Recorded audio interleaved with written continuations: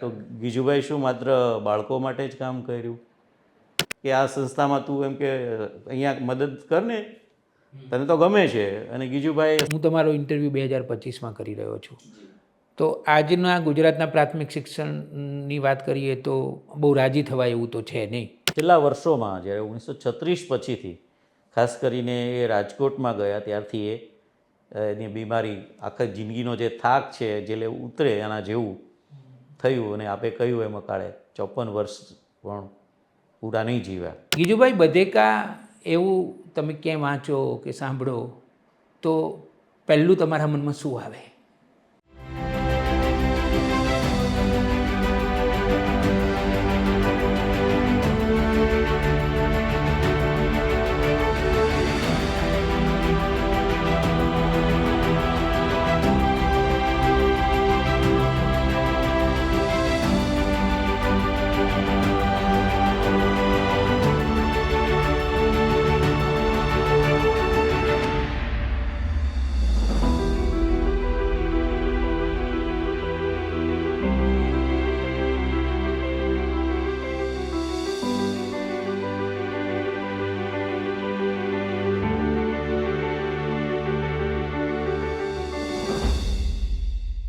નવી સવારમાં હું રમેશ તન્ના આપનું હાર્દિક સ્વાગત કરું છું.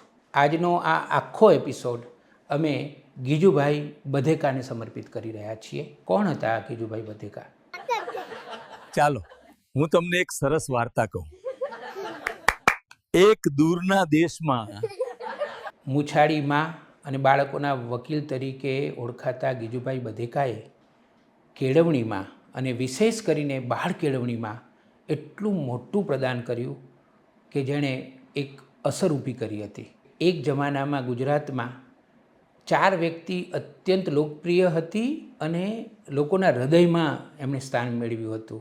એમની પ્રતિષ્ઠા થઈ હતી લોક હૃદયમાં. મહાત્મા ગાંધી, સરદાર પટેલ, ઝવેરચંદ મેઘાણી અને ગીજુભાઈ બધેકા. ગીજુભાઈ બધેકા માત્ર 54 વર્ષ આ પૃથ્વી ઉપર રહ્યા.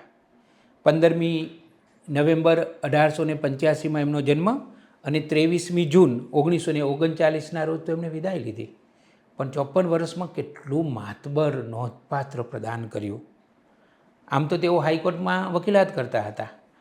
1923માં પુત્રનો જન્મ થયો, એનું નામ નરેન્દ્ર. એને શિક્ષણ આપવામાં, કેળવણી આપવામાં એમણે જે મથામણ કરી એમાં એમનું આખું જીવન બદલાઈ ગયું. અને પછી તો એમણે એક બાળકો માટેની કેળવણી કેવી હોવી જોઈએ એનો આદર્શ નમૂનો પૂરો પાડ્યો. કેટલા બધા પુસ્તકો લખ્યા એમણે.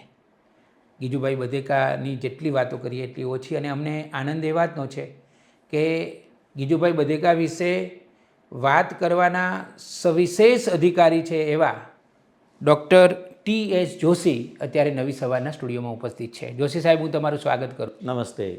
4 દાયકા સુધી પ્રતિબદ્ધતાપૂર્વક જેમણે શિક્ષણને પોતાનું જીવન સમર્પિત કર્યું અને અત્યારે તે ચિલ્ડ્રન રિસર્ચ યુનિવર્સિટીના કુલપતિ છે. એનું જૂનું નામ હતું ચિલ્ડ્રન યુનિવર્સિટી, પણ 2023 તેનું નવું નામ છે ચિલ્ડ્રન રિસર્ચ યુનિવર્સિટી. એના કુલપતિ છે. આજે માત્ર ને માત્ર ગીજુભાઈ બધેકાની વાતો કરવી છે. જોશી સાહેબ, પહેલો જ સવાલ. ગીજુભાઈ બધેકા એવું તમે ક્યાંય વાંચો કે સાંભળો તો પહેલું તમારા મનમાં શું આવે? આમ તો શરૂઆતથી ગીજુભાઈના સાહિત્ય વાંચીને જ આપણે મોટા થયા હોઈએ એટલે ગીજુભાઈની અનેક પ્રકારની યાદો છે. પરંતુ શું યાદ આવે તો એના મૂછો અને ગોળ ચશ્મા છે એ આપણને યાદ આવે. ગીજુભાઈનું જે પ્રદાન છે એ અનેકવિધ રહ્યું છે. બાળકોના વિકાસ માટે તો છે જ, પરંતુ હવે જ્યારે અત્યારે જુદા જુદું વાંચન ચાલતું હોય ત્યારે આપણને એમ થાય કે સ્વાતંત્ર્ય સંગ્રામ પણ ત્યારે ચાલતો હતો. તો ગીજુભાઈ શું માત્ર બાળકો માટે જ કામ કર્યું? તો કે ત્યારે એવું થાય કે ના, રાષ્ટ્રની જરૂરિયાત હતી તો એ સ્વાતંત્ર્ય સેનાની તરીકે પણ એમણે કામ કર્યું. એણે એ વખતનો વડોદરાનો નવસારી પ્રાંત એટલે કે બારડોલી વિસ્તારમાં નાના બાળકોની સાથે રહીને એણે વાંદર સેના, ક્યાંક માંજર સેના એવું પણ લખ્યું છે. વાહ! એ વાંજર સેનાઓ તૈયાર કરી, પ્રભાત ફેરી, એના સરઘસો, સુરતની અંદર બહુ મોટું સરઘસ પણ નીકળેલું. તો ગીજુભાઈની વાત નીકળે ત્યારે માત્ર બાળ કેળવણી એવું આપણે માનીએ છીએ. પરંતુ એમણે બહુ બધી ચિંતાઓ કરી છે. એક ચિંતા એમની એ પણ છે કે પ્રૌઢ શિક્ષણની પણ જરૂરિયાત હતી. સમાજ શિક્ષિત હોય તો જ સમાજ છે આનું મૂલ્ય સમજશે સ્વાતંત્રતાનું. અને ગાંધીજીને ગાંધીયુગમાં અનેક લોકોએ કામ કર્યું છે, પણ ગીજુભાઈએ સૌથી પહેલો પ્રયોગ એના બાલ મંદિર જે હતું દક્ષિણામૂર્તિ બાલ મંદિર, એમના એક પટ્ટાવાળા સેવક મિત્ર બીજલને સૌથી પહેલાં એણે સાક્ષર બનાવ્યો. અને એ પ્રયોગને આધારે એણે ભાવનગરના જુદા જુદા વિસ્તારમાં જઈને સાક્ષરતાનું કામ કર્યું. એટલે ગીજુભાઈની મહદઅંશે જે આપણી છબી એક બાળ કેળવણીકારની છે એ તો છે જ, પરંતુ લગભગ કેળવણીના બધા ક્ષેત્રમાં એક બહુ મોટા પ્રયોગવીર કહેવા જોઈએ એવી એમનું છાપ સૌથી પહેલાં આપણા મગજમાં આવે. જોશી સાહેબ, તમારી વાત સાચી, કારણ કે એવું જ બનતું હોય છે ઘણીવાર કે કોઈ એક વ્યક્તિનું બહુ મોટું પ્રદાન હોય અને પછી એની ઓળખ પ્રસ્થાપિત થઈ જાય ને, પછી એ જ વ્યક્તિએ બીજા બધા ક્ષેત્રોમાં બહુ મોટું પ્રદાન કર્યું હોય ને તો એ આપણે નજરઅંદાજ કરતા હોઈએ છીએ. પણ બીજી વાત તો એ છે કે ગીજુભાઈએ બાળ કેળવણીમાં કેટલું મોટું પ્રદાન કર્યું, આમ હિમાલય જેટલું કામ કર્યું. એમની જે કેળવણી વિશેની દૃષ્ટિ હતી, ખાસ કરીને બાળ કેળવણીના સંદર્ભમાં, એ શું હતી? શરૂઆત તો થાય એના પુત્ર જન્મથી. બાળ કેળવણીની વાત કરીએ ત્યારે આમ તો એ એડવોકેટ હતા જી, અને થોડો સમય આફ્રિકા પણ જઈ આવેલા. બિલકુલ. હમ. એટલે ત્યાં બીજ શિક્ષક તરીકેના તો રોપાઈ ગયા હતા. એ આફ્રિકામાં હતા ત્યારે એના સાથી મિત્રોને કંઈ ને કંઈ શીખવતા રહેતા હતા. પણ આપે જેનો ઉલ્લેખ કર્યો ને કે વકીલ હતા, તો એ આફ્રિકાથી પાછા આવ્યા પછી એ ગવર્મેન્ટ લીડર અથવા એવો કોઈ કોર્સ જે એડવોકેટ બનવા માટેની 1 વર્ષનો મુંબઈમાં ચાલતો હતો. અને ત્યારે ગુજરાન ચલાવવા માટે એ સાથે સાથે મુંબઈની એક શાળામાં, મગનવાડીમાં એ રહેતા હતા, તો ત્યાંની કોઈ આજુબાજુની શાળામાં એણે શિક્ષક તરીકે પણ કામ કરેલું. એમણે વાંચેલું ખૂબ છે સાહેબ, એટલું બધું વાંચ્યું છે. એક બાળક તરીકે પણ, એક કિશોર તરીકે મારે કહેવું જોઈએ કે એમના સહાધ્યાયી અથવા તો આપણે અત્યારની ભાષામાં કહીએ તો રૂમ પાર્ટનર તરીકે રામનારાયણ વિશ્વનાથ પાઠક હતા. રામનારાયણ વિશ્વનાથ પાઠકના પિતાજી છે જેતપુરમાં તાલુકા શાળાના મુખ્ય શિક્ષક હતા. તો એને ભણવા માટે ભાવનગર મોકલવાના હતા, એટલે ગીજુભાઈ એના મામાના ઘેર રહેતા, હરગોવિંદ પંડ્યા ઉર્ફે મોટાભાઈ. આ પણ ત્યાં રામનારાયણ વિશ્વનાથ પાઠક એમને ત્યાં વેકેશનમાં આવેલા અને પછી ત્યાં જ એમને સાથે રહીને અભ્યાસ કર્યો. એ રામનારાયણ વિશ્વનાથ પાઠક લખે છે કે ગીજુભાઈ એટલા મોટા વાચક હતા કે લગભગ બહુ બધું વાંચતા, અને બેન્જામિન ફ્રેન્કલિનની એના પર એટલી મોટી અસર હતી. એટલે વાત વાતમાં એના બધા કોટેશન્સ બોલ્યા કરે કે વપરાતી ચાવી જ ઉજળી હોઈ શકે. જો તમે જીવનને ચાહો છો તો તમે સમયને ચાહો, કારણ કે જીવન છે સમયનું બનેલું છે. જો તમે ઊંઘો છો તો ઊંઘો નહીં, ઊંઘવાનું તો તમને કબરમાં પણ મળવાનું છે. આ બધા બેન્જામિન ફ્રેન્કલિનના કોટેશન્સ તેની બુકમાંથી એ વારંવાર રામનારાયણ વિશ્વનાથ પાઠકને કહેતા હતા. એવું એણે એનું જ્યારે લેખ લખ્યો છે, રામનારાયણ વિશ્વનાથ પાઠકે 1985માં ગીજુભાઈના 100 વર્ષ થયા એ પ્રસંગે ગુજરાત સરકારે સાહિત્ય અકાદમીએ એમનો એક સ્મરણિકા બહાર પાડી. એમાં રામનારાયણ વિશ્વનાથ પાઠકે આ બધા આર્ટિકલ્સ લખેલા છે. એમાં એનું આર્ટિકલ્સ છે, એમાં નોંધેલું છે. એટલે બહુ સારા વાચક હતા. બધા શ્લોકો ગાયા કરે ને નવા કાવ્યોને, એ વખતે કલાપીને કાંત ને એ બધાના કાવ્યો છે એ બહુ મોટેથી એમ કે અમે રૂમમાં રાગડા તાણતા હતા એવું લખેલું છે રાવી પાઠકે. એટલે સારા વાચક હતા. પણ બાળ કેળવણી વિશે એમણે કદાચ વિધિવત વિચારવાનું એના પુત્રના જન્મ સમયે કર્યું, કારણ કે આફ્રિકામાં રહ્યા હતા. એણે મુંબઈની કેળવણી પણ જોઈ હતી, બહુ બધું વાંચ્યું હતું. પણ એને એમ થયું કે આ મારો કુમળો બાળક, હવે મારે પણ એને ધૂળી નિશાળમાં મોકલવાનો છે, આવી જૂની પદ્ધતિની સ્કૂલમાં મોકલવાનો છે કે જ્યાં ચોટી વાગે સમસમને વિદ્યા આવે રમઝમ. એ એકમાત્ર પેડાગોજી છે, તો આ કોમળ શરીર પર એને પણ સજા થશે. આ વિચારે એને બહુ અકળાવ્યા હતા. આ અકળામણ એટલી બધી હતી કે જેટલા મિત્રો આવે બધાની સાથે આ ચર્ચા કરે. એટલે કેટલાક લોકો તો ગીજુભાઈને હસતા હતા, વકીલ મિત્રો, કે તમારે ત્યાં જ નવી નવાઈનો બાળક પેદા થયું લાગે છે. પણ આ બધાની વચ્ચે દરબાર ગોપાલદાસ અહીંયા વસો, એ કંઈ કામે વઢવાણ ગયેલા, કોર્ટના કામે જ, અને ગીજુભાઈની સાથે બેઠા હતા અને ગીજુભાઈને કીધું કે તમે આટલી બધી ચિંતા કરો છો તો એક કામ કરો, વસોની અંદર મોતીભાઈ અમીન છે, એણે બાળ કેળવણીના કેટલાક પ્રયોગ શરૂ કર્યા છે અને એમની પાસે એક પુસ્તક છે, પુસ્તક વાંચીને એ પ્રયોગો કરે છે. એટલે પહેલી વખત દરબાર ગોપાલદાસે એમને કહ્યું કે મોન્ટેસરી કરીને કોઈ બેન છે ઇટાલીમાં અને એવા પ્રયોગો કરે છે. તો ગીજુભાઈ તો ઉપડ્યા વસોમાં અને આપણા પુસ્તકાલય પ્રવૃત્તિના પ્રણેતા એવા મોતીભાઈ અમીનને મળ્યા, પુસ્તકો જોયા અને પુસ્તક વાંચતા જ એ મોન્ટેસરીની આ મેથડના પ્રેમમાં પડી ગયા એમ કહીએ તો ચાલે. કારણ કે એનો પહેલો જ સિદ્ધાંત છે બાળ સન્માનનો છે અને ત્યાંથી જેને એટલું બધું ગમ્યું તો એ આખું પુસ્તક વાંચીને પછી એની દિશા બદલાય એમ કહીએ તો ચાલે. અને ગીજુભાઈ વારંવાર, ગીજુભાઈ માત્ર મોન્ટેસરીને ફોલો કર્યા એવું નથી, એનો મહદઅંશ છે, દુનિયાભરના કેળવણીકારોને વાંચ્યા છે અને બહુ બધાની પદ્ધતિ પણ એમણે અપનાવી છે અને પોતાની મૌલિક પદ્ધતિ પણ વિકસાવી છે.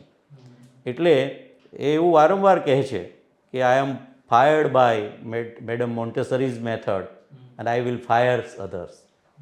તો એ જે મળ્યા એ બધાને એને બાળ કેળવણીના શું આપણે દેશી ભાષામાં કંઈક રવાડે ચડાવ્યા એવું ચાલે. ઇવન કાકા સાહેબ કાલેલકર હોય તો પણ એમને બાળ સાહિત્ય લખતા કર્યા, ઓતરાદી દિવાલો એની પાસેથી કરાવી, જગતરામ દવે હોય તો એની પાસે ચાલણ ગાડીથી શરૂઆત કરી.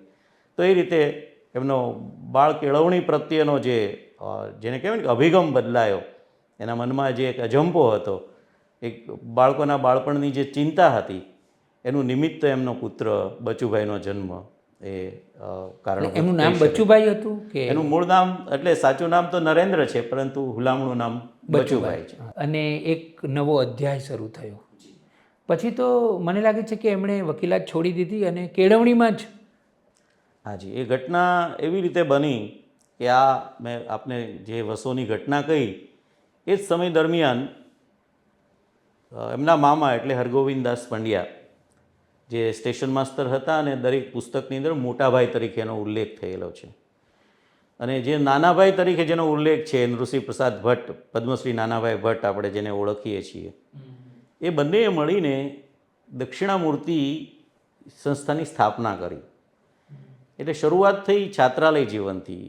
અન્ય ધર્મોના બધા જેવા છાત્રાલયો હોય છે એવું કંઈક એમના મનમાં હશે. અને બહુ નાનું છાત્રાલય સ્ટેશનમાં, કોઈ બંગલામાં, રેલવે સ્ટેશનની આજુબાજુ શરૂ થયું. પછી એમ કરતાં કરતાં ધીમે ધીમે એને સ્કૂલ કરવી નહીં કરવી એવી બધી દ્વિધામાં હતા.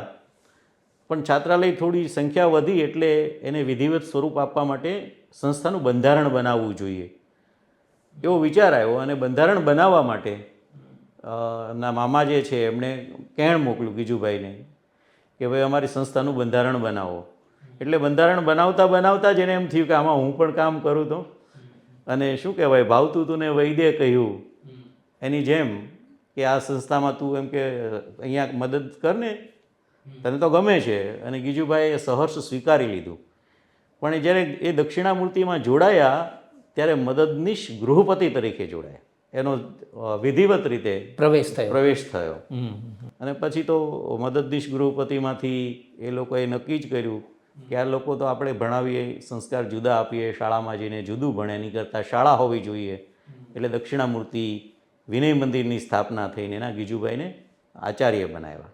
ગૃહપતિમાંથી મદદનીશ ગૃહપતિમાંથી આચાર્ય બન્યા. એ આચાર્ય થયા પછી પણ એમને લાગ્યું કે આપણે આ બહુ મોટા છોકરામાં જે કામ કરીએ છીએ એ આપણે પાંદડે પાણી પાઈએ છીએ અને મૂળમાં પાવું હોય તો શરૂઆતથી કરવું જોઈએ, એવું કંઈક ભાવના થઈ. અને પછી બધાએ મળીને વિચાર કર્યો કે આવી રીતે કરવું જોઈએ અને એમને એક બાલ મંદિર સ્થાપવાની શરૂઆત કરી. અને એક શ્રી ગણેશ થયા. એક કોઈક મોદી શેઠ છે એના બંગલામાં આ બાલ મંદિરની શરૂઆત થઈ. પછી તો એ બાલ મંદિર દક્ષિણામૂર્તિ અત્યારે જે જગ્યાએ છે એ ટેકરી ઉપર બન્યું અને કસ્તુરબાએ એમનું ઉદ્ઘાટન કરેલું. હવે આપણે ગાંધીજીને પણ યાદ કરીએ કે ગાંધીજી આ અરસામાં અમદાવાદમાં હતા 1915થી અને 1920માં એમણે ગુજરાત વિદ્યાપીઠની પણ સ્થાપના કરી અને એ પણ શિક્ષણમાં પ્રયોગો કરતા હતા. તો ગાંધીજી અને ગીજુભાઈના શિક્ષણના પ્રયોગો એ બંનેમાં સામ્યતા કેટલી, એ બંને એકબીજાના સંપર્કમાં આવેલા કે કેમ? કારણ કે એક કિસ્સો એવો પણ મેં વાંચ્યો છે કે મહાત્મા ગાંધીએ બાળકો માટેનું જે કંઈક તૈયાર કરી હતી એક પુસ્તિકા, હા. પુસ્તિકા એને ગીજુભાઈ બધેકાએ નાપાસ કરેલી કે આ બરાબર નથી. બરાબર છે. તો એ થોડી વાત. આમ ગાંધી યુગની અસર તો દરેક વ્યક્તિ પર હતી અને કેળવણીકાર પર હોય, સ્વાભાવિક છે. કારણ કે ગાંધીજીએ કેળવણીમાં પણ રસ લીધો હતો. જી જી. અને ગાંધીજી એ સમગ્ર દક્ષિણામૂર્તિમાં પણ રસ લેતા હતા.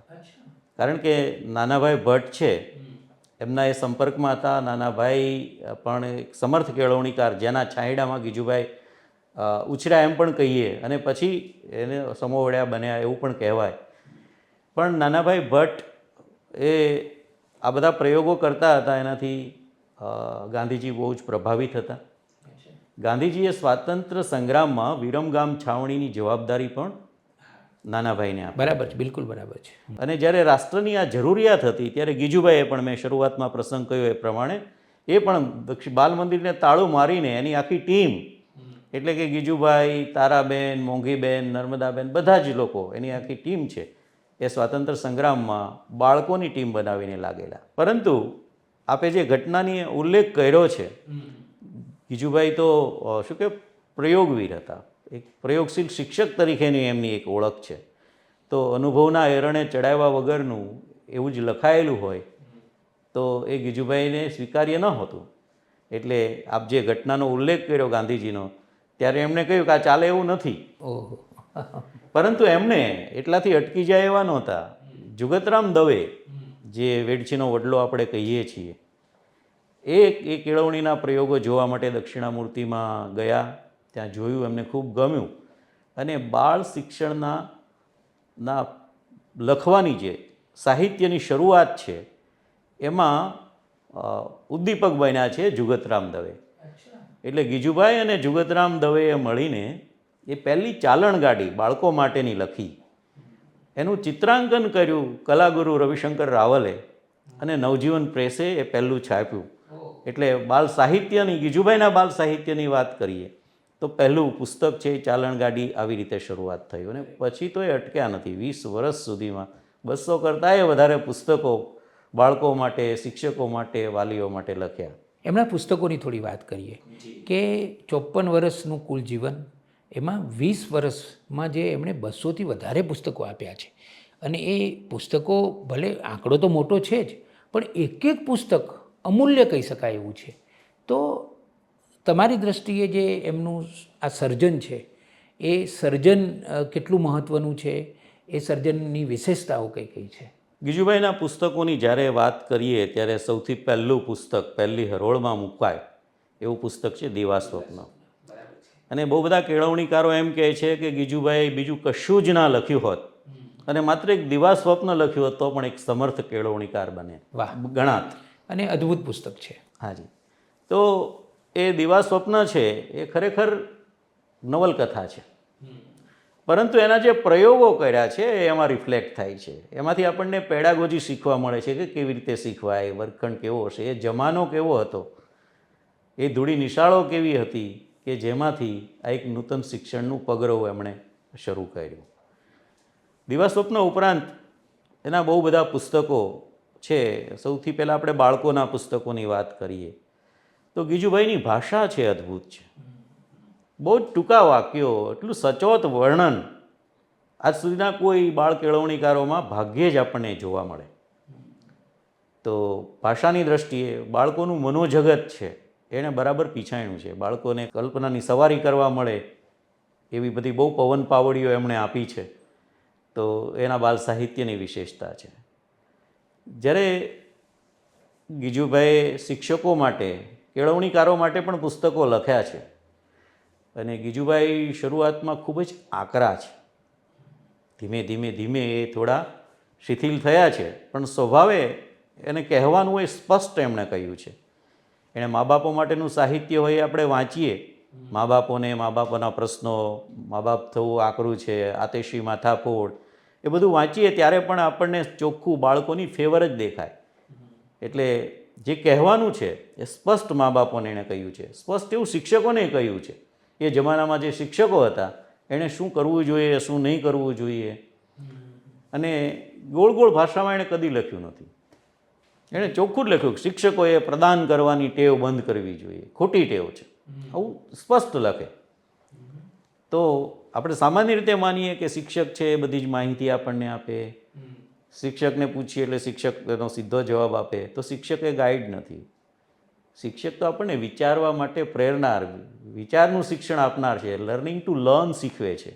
આ કોન્સેપ્ટ અત્યારે આવે છે, અત્યારે આપણે પર્સનલાઇઝ લર્નિંગની વાત કરીએ છીએ, આ બધા જ પ્રયોગો ગીજુભાઈએ કર્યા છે અને એમાંથી આપણને સ્પષ્ટપણે માર્ગદર્શન આપ્યું છે. બહુ સરસ. અને એમના બધા જે પુસ્તકો છે એમાં જે સર્જનાત્મકતા અને મૌલિકતા પણ છે અને કેટલું સરસ રીતે સમજાવે. દાખલા તરીકે કોઈ વાર એવું કે તમારું બાળક છે એણે તોફાન કર્યું છે, પછી બે પ્રકારના એમાં પ્રતિસાદ માતા પિતા તરીકેના હોઈ શકે. તો એક જે આપણે જનરલી આપતા હોઈએ છીએ, એના ઉપર ગુસ્સો કરીએ, એને ધમકાવીએ, એને સજા કરીએ, એને જોખમો સમજાવીએ, અને બીજો એવો સરસ હોય કે એને પ્રેમપૂર્વક સમજાવીએ.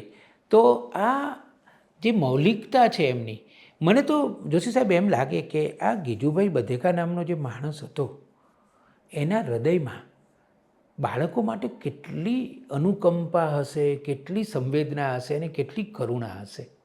એટલે આપ જે વાત કરો છો કે આવી સજાની વાત આવે ત્યારે કંઈ પણ સર્જનાત્મક પ્રવૃત્તિ છે એ ભયના વાતાવરણમાં ન થઈ શકે.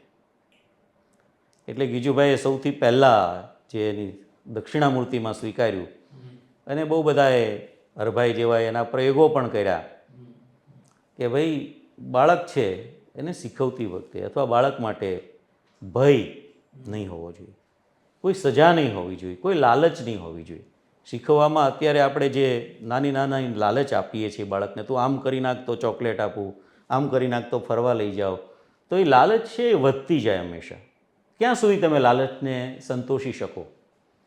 એટલે ગીજુભાઈ, મેં આપને પહેલાં કહ્યું એમ પ્રમાણે બહુ બધા મનોવૈજ્ઞાનિકોને પણ વાંચ્યા છે, અને ગીજુભાઈનું જો બહુ મોટું પ્રદાન કહેવાય ગુજરાતની, ભારતની કેળવણીમાં, તો એ છે કે શિક્ષણની અંદર ભય નહીં હોવો જોઈએ, સજા નહીં હોવી જોઈએ, લાલચ નહીં હોવી જોઈએ.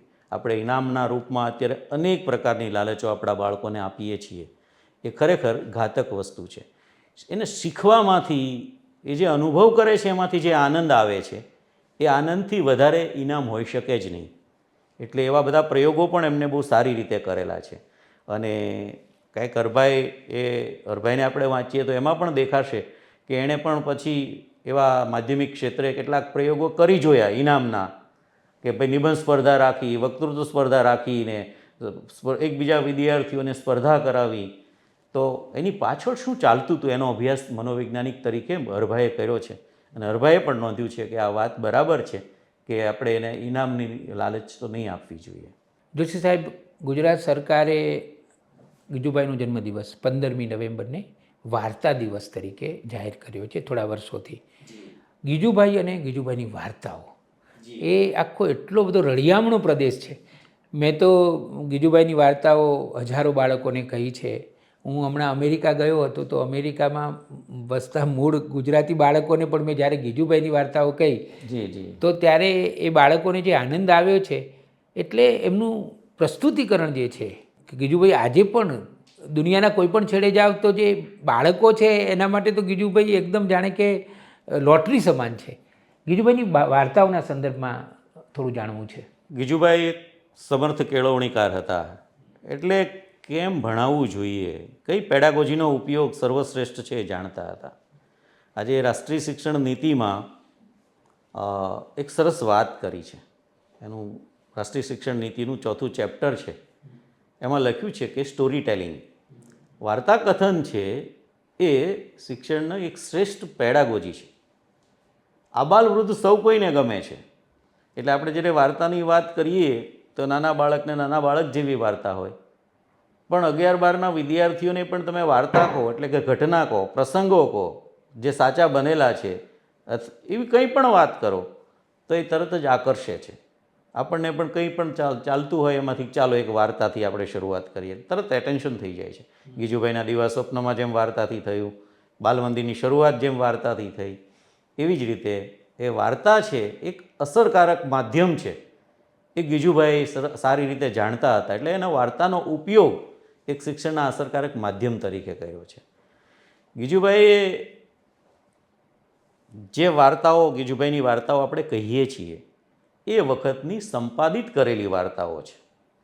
એ જમાનામાં જે દાદા દાદીઓ કે જુદા જુદા સમાજમાં જે વાર્તાઓ કહેવાતી હતી એવી વાર્તાઓ ભેગી કરીને સંપાદિત કરેલી. ગીજુભાઈ આમ વાર્તા એક્ઝેક્ટ એવું લખ્યું નથી, પણ એ જમાનામાં જે કહેવાતી હતી એને મઠારી હશે એને મૂકી હશે. એ જમાનાના જે સંદર્ભો પણ જે તે આપણે એમાં જોઈ શકીએ છીએ. કદાચ ગીજુભાઈ લખ્યા હોત તો એવી વાર્તા ન હોત, પણ ગીજુભાઈએ જે કામ કર્યું હશે એ વાર્તાને ભાષા સમૃદ્ધ બનાવવા માટે એ વાર્તાને મઠારીને પેચ મૂક્યા હશે. એમાં હમણાં જ મેં વાંચ્યું કે મોંઘીબેને બહુ બધી વાર્તાઓ કીધી છે. આપણે ગીજુભાઈની વાર્તાઓ છે જુદા જુદા પ્રદેશની વાર્તાઓ, કેટલીક પંજાબમાં પણ કહેવાતી હોય એવી વાર્તા, કેટલીક મરાઠીમાં કહેવાતી હોય એવી વાર્તાઓ ગુજરાતી મળે છે. તો કદાચ તારાબેનની પણ અસર એમાં હશે. તારાબેન એક એમના સરસ સાથી હતા, તો અને વર્ષો સુધી સાથે કામ કર્યું. તો એ બધાની અસર વાર્તાઓમાં, જેમ ઝવેરચંદ મેઘાણીએ લોકસાહિત્યની વાર્તાઓ મોટા રહેવા માટે એકત્ર કરી છે એમ ગીજુભાઈએ પણ એકત્ર કરી છે, એવું મેઘાણીએ પણ નોંધ્યું છે. થોડા વર્ષો પહેલાં હું મધ્યપ્રદેશના ઉજ્જૈનમાં ગયો, તો મને પણ બાળકો બહુ ગમે, તો એક બાલ મંદિરમાં હું ગયો તો ત્યાં મેં જોયું કે ત્યાં જે પુસ્તકાલય હતું એમાં ગીજુભાઈના પુસ્તકો હતા. અને મેં શિક્ષક સાથે વાત કરી તો એમણે કહ્યું કે અમે ગીજુભાઈને અનુસરીએ છીએ. પછી તો મને એવું પણ જાણવા મળ્યું કે ગીજુભાઈ તો આખા ભારતમાં અને બધે જ પહોંચેલા છે. તો આ ગીજુભાઈના વિચારો બાળ કેળવણીના અને એમનું સાહિત્ય વિશ્વમાં પહોંચ્યું છે. વાત એવા પ્રકારની છે કે એણે નૂતન કેળવણીની શરૂઆત ભાવનગરના બાલ મંદિરમાં કરી. પછી એને વિચાર આવ્યો કે આ દેશમાં તો કેટલાય છોકરાઓ છે, કેટલાય બાળકો તિરસ્કૃત છે એવું કીધું છે.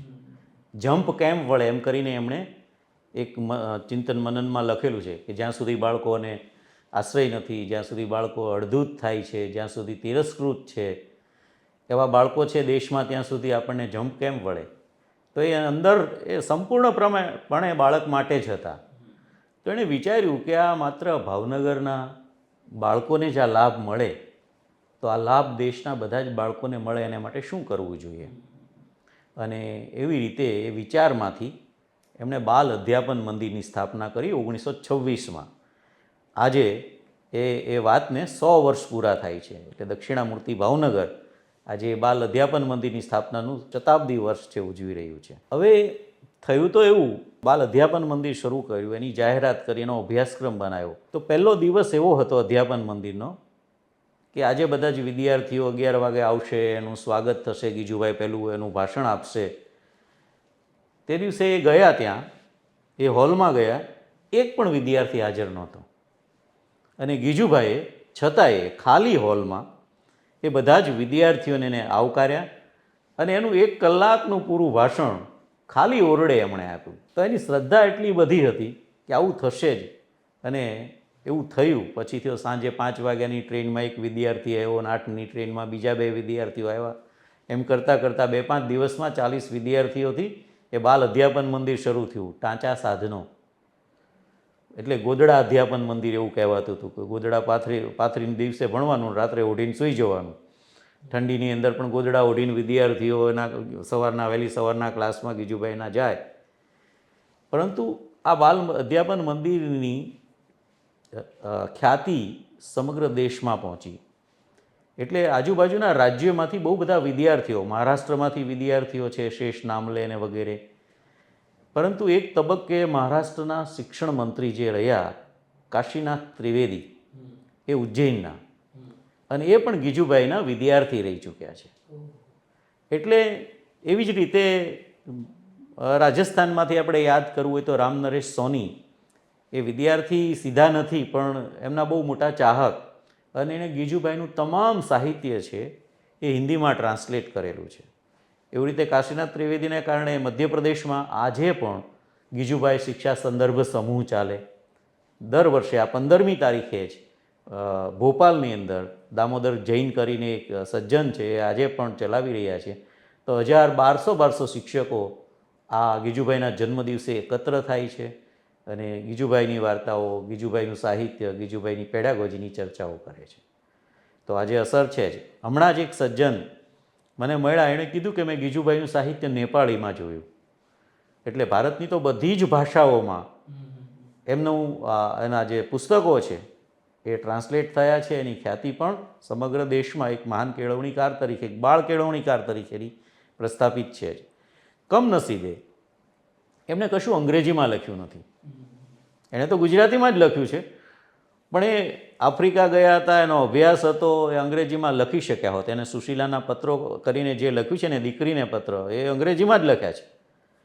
પરંતુ આ સાહિત્ય જો 20 વર્ષમાં એણે એટલું આપ્યું છે એટલે કશું આપણે કહી શકીએ જેવું નથી કે રાત ને દિવસ એને આરામ કબ્રમાં મિલેગા એને બરાબર પાળ્યું છે. અને ઘટના તો એવી છે કે એક વખત નાના ભાઈ 2-3 વાગે નીકળ્યા અને જોયું તો એમનું ફાનસ ચાલુ હતું, ગીજુભાઈના રૂમનું. બારીમાંથી પ્રકાશ આવ્યો એટલે એને બારણું ખટખટાવીને કીધું, ગીજુભાઈ કે કોણ? પછી વાત થઈ તો કે હું કેટલા વાગે જાગ્યા? તો કે કેટલા વાગ્યા છે? ગીજુભાઈ સામે સવાલ પૂછે છે. તો કે 3 કે 3:30 થયા છે એવું કીધું. તો કે 3-3:30 લખો છો અત્યારે? તો એમ કે ક્યારે જાગ્યા? તો કંઈ સૂતો છે જ કોણ બંધો? અને નાનાભાઈ સલાહ આપે છે કે આરામ કરવો. જ્યારે કોઈ પણ વ્યક્તિને આરામ કરવાનું, બીમાર હોય ત્યારે પણ કહે છે.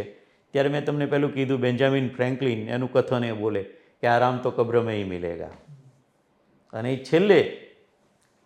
છેલ્લી એમને રાજકોટમાં એમના મિત્ર પોપટલાલ ચુડગર છે, 1936માં ગાંધીજીએ છોડી દીધું દક્ષિણામૂર્તિ 20 વર્ષનું આજીવન સભ્યપદ. ને પછી પોપટલાલ ચુડગર એના આગ્રહથી એને એમ હતું ગીજુભાઈને કંઈક મારે પ્રવૃત્તિ આપવી જ જોઈશે. અને એવા એક સરસ મિત્ર ભાવે એમને ત્યાં એક અધ્યાપન મંદિર શરૂ કર્યું ને 200 વિદ્યાર્થીઓ એ અધ્યાપનમાં. એમના દીક્ષાંત સમારંભમાં એણે એમ કહ્યું કે અહીં આચાર્યની સહી હોવી જોઈએ ગીજુભાઈની, એટલે કે આપણે સિક્કો બનાવીએ. ગીજુભાઈની તબિયત ખૂબ જ નાદુરસ્ત, ડૉક્ટરની સલાહ એક સખત આરામ કરવાનું. અને એણે જાણ્યું કે ભાઈ આમાં મારે સહી કરવાની છે, તો કે સિક્કો નહીં લાવો. આગલી રાત સુધી રાજકોટમાંથી જ્યારે એને બોમ્બે ને મેથારન કે ત્યાં લઈ ગયા હોસ્પિટલમાં, એની પહેલાં એ ગીજુભાઈએ 200 સર્ટિફિકેટ ઉપર જાતે અસ્વસ્થ હોવા છતાં એણે સાઇન કરી. તો એણે ક્યારેય ગમે તેવી બીમારીની પરિસ્થિતિમાં પણ એને આરામની, કામને જ પ્રાધાન્ય આપ્યું છે.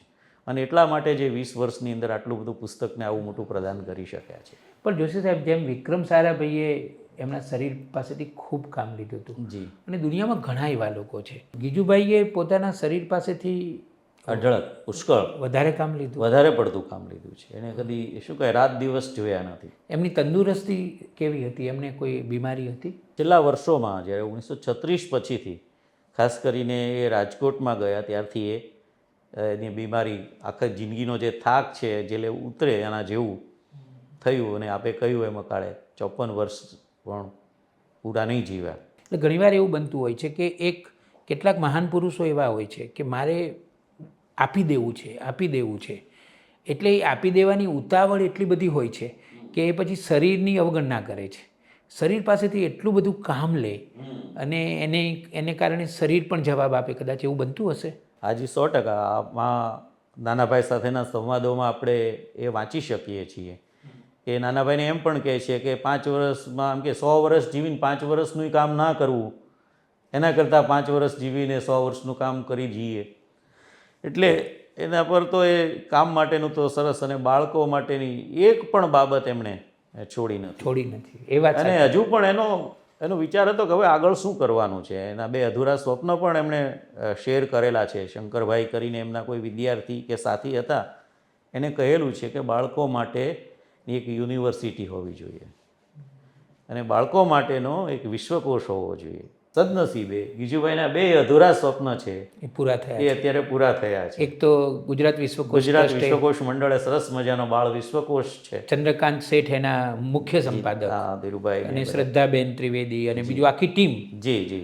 અને યુનિવર્સિટી છે એ મોદી સાહેબે ગાંધીનગરમાં ચિલ્ડ્રન યુનિવર્સિટીની સ્થાપના કરીને અત્યારે ચિલ્ડ્રન રિસર્ચ યુનિવર્સિટી થઈ. પણ એને ગીજુભાઈનું નામ કેમ ના આપ્યું? હજુ એટલે આ ઇન્સિડન્ટ ગણો કે જે ગણો, એટલે મોદી સાહેબને આ વિચાર આવ્યો અને દેશભરના લોકોને જે કેળવણીકારો છે એમની સાથે 2008માં બેઠા અને જે વિચારો એમાંથી જે પ્રગટ્યા એમાંથી ચિલ્ડ્રન યુનિવર્સિટી એમાંથી સ્થપાઈ. ચિલ્ડ્રન યુનિવર્સિટી થઈ. મારે યાદ કરવા જોઈએ પ્રોફેસર કિરીટભાઈ જોશી હા, કે જે પણ સમર્થ એ કેળવણીકાર. વખતના આપણા મુખ્યમંત્રી મોદી સાહેબના એ શિક્ષણના સલાહકાર તરીકે અહીંયા આવ્યા અને આખી પ્રોસેસમાંથી એ પસાર થયું. જોશી સાહેબ, તમારું 4 દાયકાનું શિક્ષણમાં બહુ જ ઉજળું પ્રદાન છે. તમારા ઉપર ગીજુભાઈની કેટલી અસર છે? તમે અને ગીજુભાઈ એ વાત કરીએ તો. એક તો બાળક તરીકે હું જે ગામમાં ભણ્યો ત્યાં બહુ જ ટાંચા સાધનો, લાઇબ્રેરીમાં સદનસીબે ગીજુભાઈની આ બધા બાલવાર્તાઓ અને બીજા બધા પુસ્તકો હતા. ગામ કયું? ગામ મારું ગઢડા સ્વામિનાની બાજુમાં, ત્યાંની પશ્ચિમ દિશાએ ટેકરી ઉપર સરસ ગામ છે માંડવધાર. તો ગામની બાજુમાંથી એક નદી, ઘેલો નદી વહે છે, ટેકરી ઉપર ગામ છે, ટેકરી નદીના કિનારે એક સરસ મજાની ગુફા છે અને ખૂબ રળિયામણું ગામ છે. એટલે એ પ્રકૃતિની વચ્ચે જે વાંચવા મળ્યું છે એ પહેલાં ગીજુભાઈ મળ્યા. પણ એની પછીથી વાત કરીએ તો પછી તો આ પ્રવાહમાં પ્રાથમિક શાળાના શિક્ષક થયા, માધ્યમિક શાળાનો શિક્ષક થયો અને સદનસીબે હું ડાયટમાં લેક્ચરર થયો. એ મારું સદભાગ્ય હું સમજું છું, કારણ કે એ વખતે જે એક્સપોઝર મળ્યું છે, સૌથી પહેલું એક્સપોઝર અમારા પ્રિન્સિપાલ ને પછી અમારા ડાયરેક્ટર હતા ડૉક્ટર નલિનભાઈ પંડિત. એ ગીજુભાઈની વાત વારંવાર કર્યા કરે. એમની સાથે દીપકભાઈ મહેતા જે દક્ષિણામૂર્તિના પ્રિન્સિપાલ હતા, આ બધાની સાથે રહેવાનું થયું. અને મારે એમ કહેવું જોઈએ કે એક વિસરાઈ ગયેલા ગીજુભાઈને ડૉક્ટર નલિનભાઈ પંડિતે એને ફરીથી પુનર્જીવિત કર્યા. બહુ મોટું પ્રદાન. 97-98માં જે ડીપીઈપી વખતે એક નવી મૂવમેન્ટ શરૂ થઈ, પહેલાં બીજા ધોરણના પાઠ્યપુસ્તકો એક્ટિવિટી બેઝ હોવા જોઈએ, આનંદપ્રદ હોવા જોઈએ, જે ગીજુભાઈની ફિલોસોફી છે, જે પ્રવૃત્તિલક્ષી આ બધી જ વાત છે સબ્જેક્ટના ઇન્ટિગ્રેશન સહિતની, એ વખતે જે આખી પ્રક્રિયા ચાલી એમાં જે ગીજુભાઈ આવ્યા, ગીજુભાઈની વાતો આવી, એ બધાનો એક વિદ્યાર્થી ભાવે મને શીખવાનું ખૂબ મળ્યું. અને એ વખતના બહુ બધા વડીલો, નૂતન બાલ શિક્ષક સંઘની વાત કરીએ તો પરાગજી બાપુજી ભરૂચ, ડૉક્ટર પ્રવીણભાઈ શાહ, એટલે આઈકે વીજળીવાળા છે, એમના વીજળીવાળા સાહેબના સસરા, અને દાસભાઈ ને ઘણા બધા લોકો. એ વખતે અમે બહુ સદનસીબ હતા. વડોદરાની અંદર જયંતભાઈ શુક્લ નૂતન બાલ શિક્ષક સંઘ ચલાવતા હતા. આ બધા જ જે બાળ કેળવણીકારો કહેવાય સાચા અર્થમાં, ગીજુભાઈને જે પામ્યા હતા એવા લોકોની સાથે રહેવાનું બન્યું અને સમજવાની મને તક મળી. એટલે એ રીતે ગીજુભાઈ મને ખૂબ જ ફળ્યા છે. એને કારણે મારી ઇનસાઇટ જે જોઈ શકાય છે અત્યારે, જે થોડી ઘણી છે તે એ ગીજુભાઈને કારણે છે. રિટાયર્ડ થયા પછી હું એક બીજા પ્રોજેક્ટમાં કામ કરતો હતો અને ત્યાંથી ચિલ્ડ્રન રિસર્ચ યુનિવર્સિટીના એ વખતના કુલપતિ હર્ષદભાઈ પટેલે મને કહ્યું કે ગીજુભાઈ બધેકા ચેરની સ્થાપના છે યુનિવર્સિટીમાં કરવાની છે અને તમારે સેવા આપવાની છે. તો એ ફરીથી મને ગીજુભાઈને નવેસરથી સમજવાની આખી તક મળી, ગીજુભાઈ ચેર પ્રોફેસર તરીકે.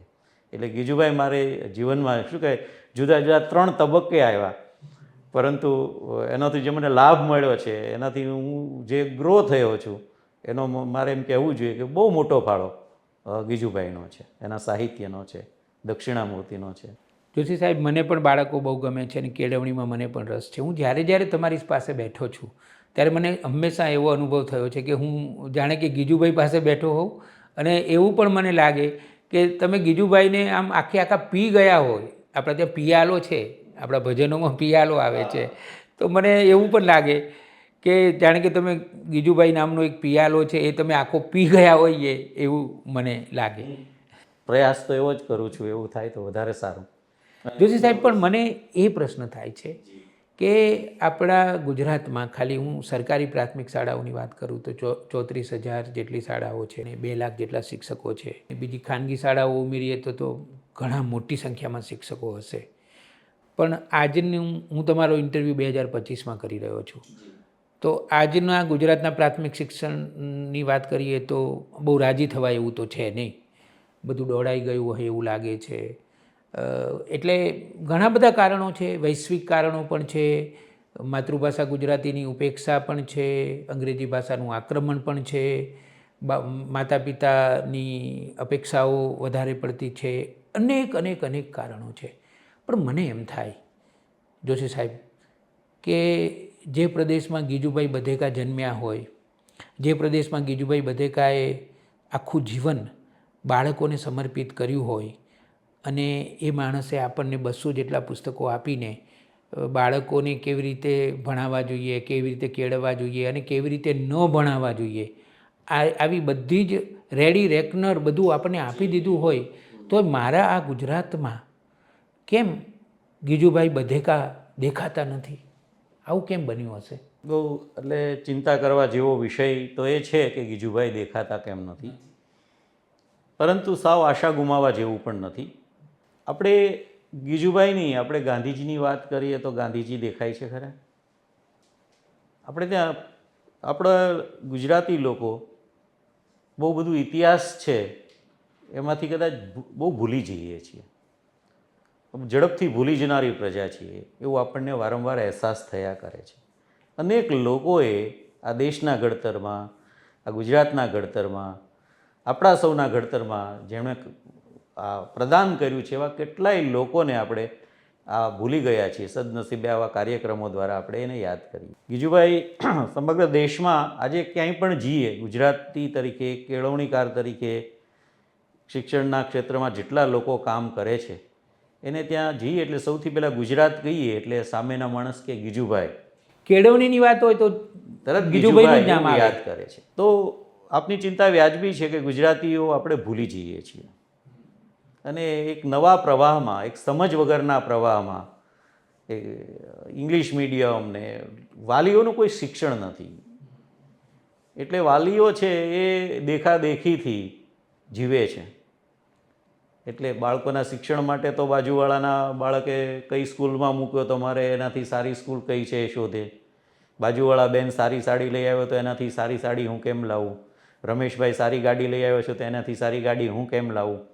આપણે આ બધું બહુ દેખાદેખીમાં જીવીએ છીએ અને એનો ભોગ આપણા બાળકો એનો ભોગ આપણા બાળકો બન્યા છે. સાચી વાત છે. શિક્ષણ છે એ ધીમે ધીમે જેને કહેવાય કે કેળવણીકારોના હાથમાંથી ઉદ્યોગપતિઓના હાથમાં પણ છે કે જેની શિક્ષણની પૂરી સમજ નથી. જેમ એ હોસ્પિટલો પણ ડૉક્ટરો નહીં ચલાવતા, કોર્પોરેટ એક ધંધાદારી લોકો ચલાવે, એમ શાળાઓમાં પણ એ વધતું જાય છે. સદનસીબે ગુજરાતમાં હજી પણ એવા હજારો શિક્ષકો છે જે ગીજુભાઈને સમજે છે, ગીજુભાઈને જાણે છે, ગીજુભાઈને વાંચે છે અને એટલા માટે અને ગીજુભાઈને જીવે છે. નવી સવારમાં અમે હમણાં જ જોશી સાહેબ શિક્ષક સાથે સંવાદ એવી આખી શ્રેણી શરૂ કરી છે અને ગુજરાતના ખૂણે ખૂણે આવા જે ઉત્તમ શિક્ષકો છે, સજ્જ પણ છે, સંવેદનશીલ પણ છે અને પ્રતિબદ્ધ પણ છે, એનું આર્કવાઇઝ અમે કરી રહ્યા છીએ. અમારા અમદાવાદમાં થલતેજમાં એક મહેશભાઈ ઠક્કર કરીને શિક્ષક છે, એમનો મેં 1.25 કલાકનો ઇન્ટરવ્યૂ કર્યો તો મને તો એમ થાય છે કે એના ઉપર બાયોપિક બનાવવી જોઈએ. અને એકલા મહેશભાઈ નહીં, ખરેખર ગુજરાતનું આ સદનસીબ છે કે ખૂણે ખૂણે તમને આવા ઉત્તમ શિક્ષકો દેખાય જે લોકો આટલા બધા અંતરાયો હોવા છતાં એટલું અદ્ભુત કામ કરી રહ્યા છે કે એ જોઈને આપણે ખૂબ રાજી થઈએ. જોશી સાહેબ, સારા શિક્ષકો છે જ અને એમની કદર કરવી જોઈએ, એનો પ્રચાર પ્રસાર પણ કરવો જોઈએ. આપ કરી રહ્યા છો, બહુ સારી વાત છે. આવા બીજા કેટલાય શિક્ષકો છે, એમની હું યાદી અને સંપર્ક આપને આપી શકીશ. ચોક્કસ. જ્યાં નવી સવારમાં હું તમારી મુલાકાત શૂટ કરી રહ્યો છું નવી સવાર માટે, અહીંયા જ અમે 4-5 વર્ષ પહેલાં એક પરિસંવાદ માતૃભાષા ગુજરાતીના સંદર્ભમાં રાખેલો. તો એમાં ઘણા બધા જુદા જુદા ક્ષેત્રના લોકો જોડાયા હતા. એમાંથી એક વાક્ય આવેલું કે પહેલાંના માતા પિતા બાળકોને પેટે પાટા બાંધીને ભણાવતા અને આજના માતા પિતા આંખે પાટા બાંધીને ભણાવે. બહુ સરસ. હવે જોશી સાહેબ, આપણા શિક્ષકો અને વાલીઓ એ આંખ પર જે પાટા છે એ છોડે અને ગીજુભાઈને મળે તો શું થાય? બહુ સારી વાત આપે કરી. દુનિયામાં મોટાભાગના દેશો છે એ પોતાની માતૃભાષામાં જ શિક્ષણ આપે છે. આપણે કહીએ કે યુરોપ કન્ટ્રીઝ તો દરેક યુરોપ કન્ટ્રીની પોતાની માતૃભાષા છે. એ લોકો અંગ્રેજી ભણાવતા નથી. અંગ્રેજી સેકન્ડ લેંગ્વેજ તરીકે મોટી ઉંમરે ભણાવતા હશે. સદનસીબે મારે ફિનલેન્ડની મુલાકાત લેવાનું પણ બન્યું છે. મેં ત્યાં જઈને જોયું છે, શિક્ષકોની સાથે વાતો કરી છે. પરંતુ જે તકલીફ આપણે અહીંયા ગુજરાતમાં શિક્ષકોને કે આપણને લોકોને અંગ્રેજીમાં પડે છે, એવી જ તકલીફ એને પડે છે. કારણ કે એ લોકો ફિનિશ એની પોતાની લેંગ્વેજમાં શીખે છે, એની પોતાની લેંગ્વેજમાં જ ભણાવે છે. મારો કહેવાનો મતલબ એ છે કે અંગ્રેજી ભણાવતા નથી. તો એવા મોટાભાગના દુનિયાના દેશો છે. માત્ર આપણા દેશમાં શું કારણ છે સમજી શકાતું નથી. આંખે પાટા તમે કહો છો, પડોશીના બાળક ભણે છે ઇંગ્લિશ મીડિયમમાં એટલે પેલું થશે. પણ એ તો અભ્યાસનો એક વિષય છે. જેટલા સફળ લોકો તમે આપણી આજુબાજુમાં જોઈએ છીએ, એ બધાને આપણે પૂછશું તો મોટાભાગના લોકો છે માતૃભાષામાં ભણ્યા છે. જેણે કંઈ પ્રદાન કર્યું છે એમાંથી આજ સુધી કોઈ ઇંગ્લિશ મીડિયમમાં ભણ્યા. આપણે મહર્ષિ અરવિંદનું ઉદાહરણ લઈએ તો એના પિતાએ તો એમને નખશીખ અંગ્રેજ બને એવો જ પ્રયત્ન કર્યો હતો. અને 7 વર્ષની ઉંમરે તો લંડન મોકલી દીધા હતા. અને છતાંય એમાંથી એ બહાર નીકળીને એ આ સ્વદેશ માટે એમણે પ્રદાન કર્યું છે અને એને સ્વદેશનું સન્માન કર્યું છે. તો એવા હજારો દાખલા આપણી પાસે છે.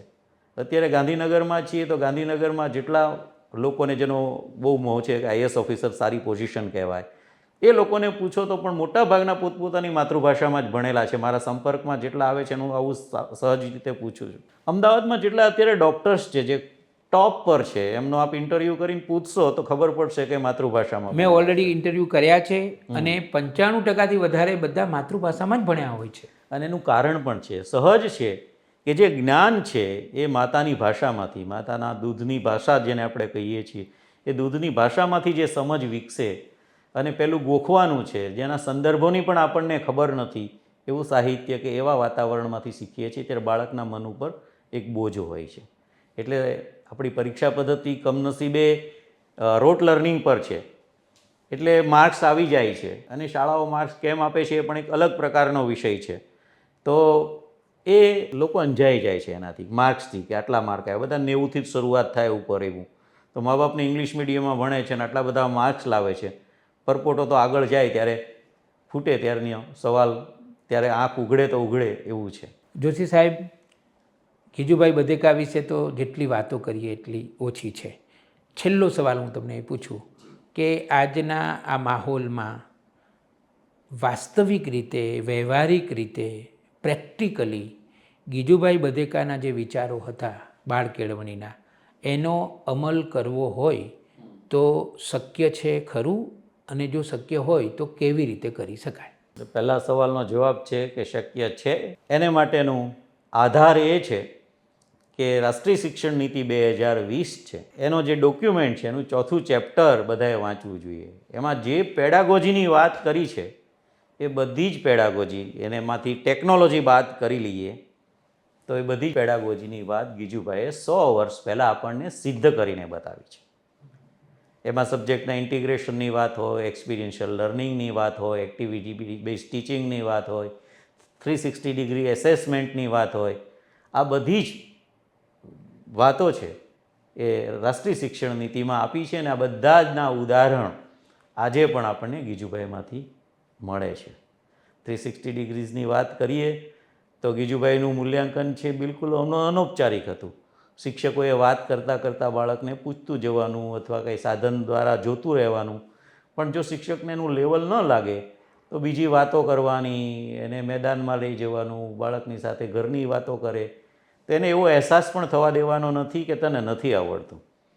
પણ શિક્ષકે સમજવાનું છે કે આ મુદ્દો કે આ કોન્સેપ્ટ એ શીખ્યો નથી તો એને કેવી રીતે શીખવી શકાય. ગીજુભાઈએ બાળ શિક્ષણ મને સમજાયું એમ કરીને એક પુસ્તક લખ્યું છે. એ પુસ્તકમાં અલબત્ત મોટાભાગે મોન્ટેસરી મેથડનું એમનું જે પુસ્તક છે એના કેટલાક ચેપ્ટર પણ છે. એમાં લખ્યું છે કે એનો વર્ગખંડ કેવો હશે.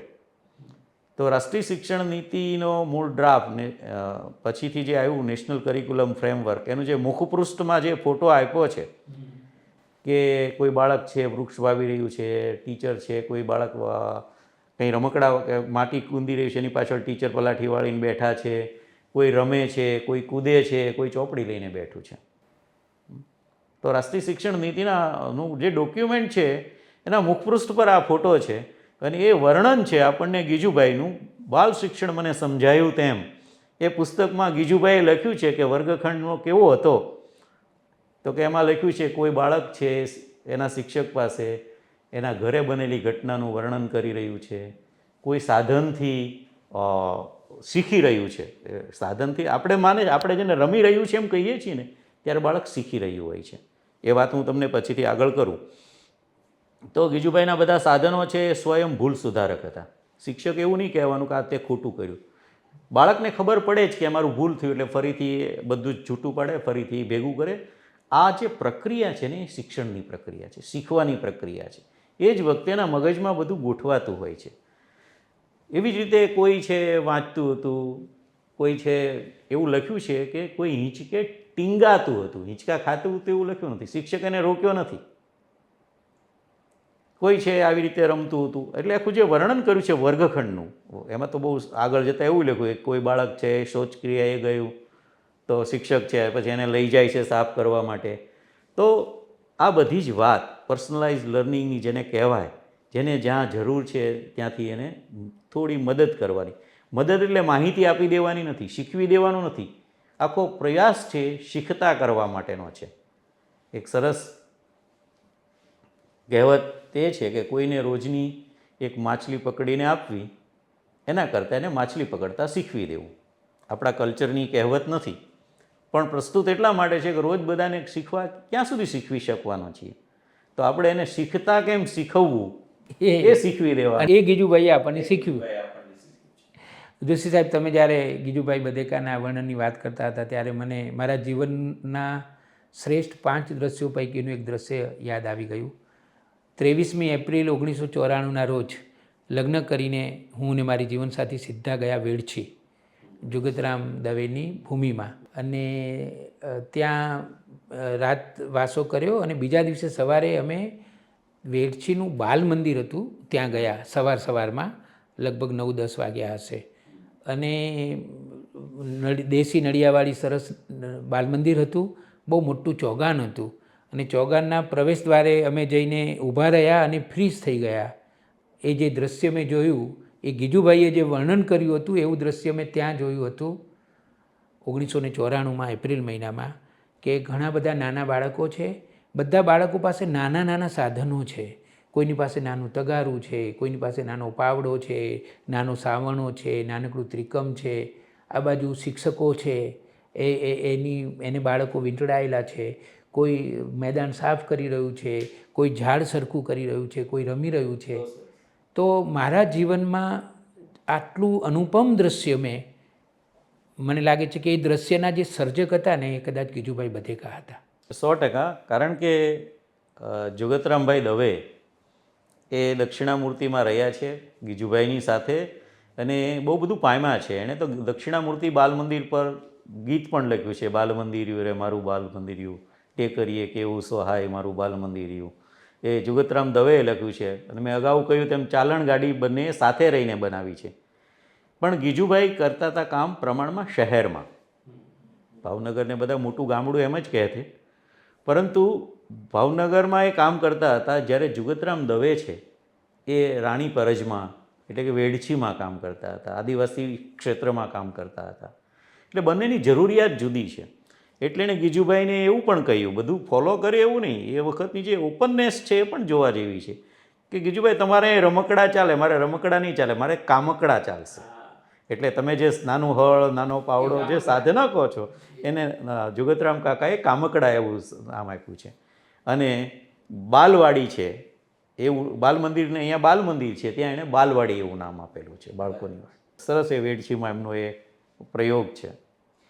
ગીજુભાઈ બધેકાએ જે ચાલણ ગાડી આપણને આપી છે ને, એ ચાલણ ગાડી જ આ બધા જ ઉપકરણો, આ બધા ડિવાઇસીસ, આ બધા સાધનો, આ બધા ટૂલ્સ બરાબર છે, એનો પણ આપણે ઉપયોગ કરવો જ જોઈએ. પણ ગીજુભાઈ બધેકાની ચાલણ ગાડીને ભૂલવા જેવી નથી. જોશી સાહેબ, તમે નવી સવારના સ્ટુડિયોમાં આવ્યા અને ગીજુભાઈ બધેકા વિશે એક બાળકોના, જેને ઘણા લોકો બ્રહ્મા પણ કહેતા હતા, મૂછાળી માં મૂછાળી હોઈ શકે, એ કેટલી કલ્પનાશીલ વાત છે પણ ગીજુભાઈ બધેકા ખરેખર મૂછાળી મા હતા, બાળકોના વકીલ હતા, એક જબરજસ્ત કેળવણીકાર. એના વિશે આટલી બધી સુંદર વિચાર પ્રેરક વાતો અમારી સાથે વહેંચી. અમે આપનો આભાર માનીએ છીએ.